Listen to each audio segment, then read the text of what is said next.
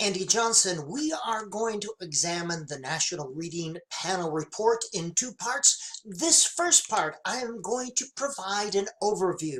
Now, in 2000, the National Reading Panel identified the 5 following essential elements of reading instruction.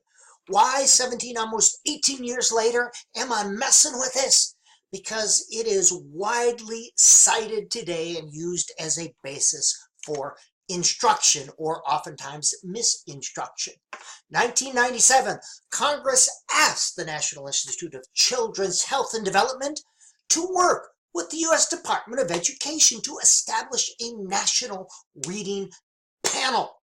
Now, National Institute of Children's Health, good for health sort of things. Not so good for reading instruction sorts of things. But they were tasked with doing this, to review all the research available, 14 members, and there were more than 100,000, actually 110,000, on how children learn to read, and they were given 18 months to do this.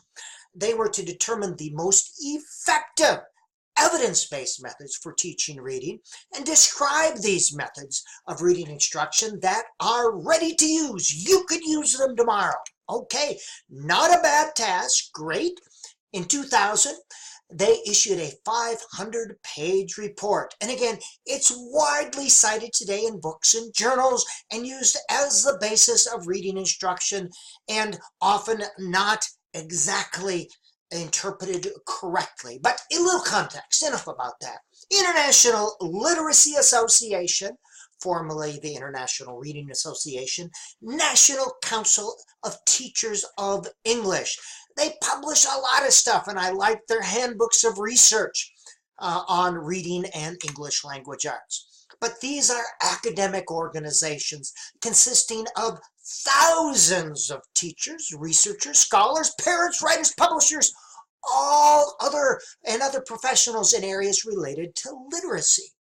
Now, they've been doing this, studying effective reading instruction for over 100 years and 60 years, respectively.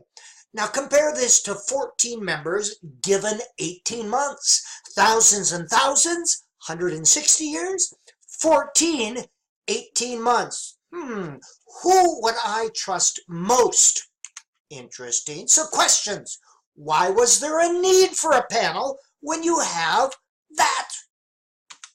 Who made that decision for that? Who decided that that was not good enough? What data was used in making a decision to form a panel? Were there literacy researchers consulted? Who stood to gain from the report? And did anything new come from the report? It was a political act, not an academic endeavor. Once you realize that, you can put their report in a little bit more context. The chair of that panel, Dr. Donald Langenberg. On his website, he is described as a groundbreaking physicist, and I have no doubt that this is the case. His research is in experimental condensed matter physics and materials science. He was the past chancellor of the university and has received distinguished awards, held fellowships, sat on boards, blah, blah, blah, blah, blah. Written books and articles, all related to science and physics. A very, very impressive fellow with impressive accomplishments. But reading instruction, not so much. If I had a physics problem, he'd be the first person I would call on the telephone. If I were looking for someone to organize a group of people to analyze, evaluate, and synthesize reading research, he would be a little bit further down the list. So who selected the chair and the members of the panel? Well, Dwayne and Richard did. Who are these fellows? Dwayne is a physician and director of the National Institute of Child Health and Human Development from '86 to '09. Richard was the Secretary of Education and former governor of South Carolina. State senator, state rep, lawyer, served as an officer in the Navy, and graduated in '56 with a degree in accounting. So to be clear, A doctor and an accountant slash lawyer selected a physician or physicist, to make decisions about reading instruction. Of course they did. It was a political act, not an academic endeavor. Comprised of 14 members, all of whom had full-time jobs.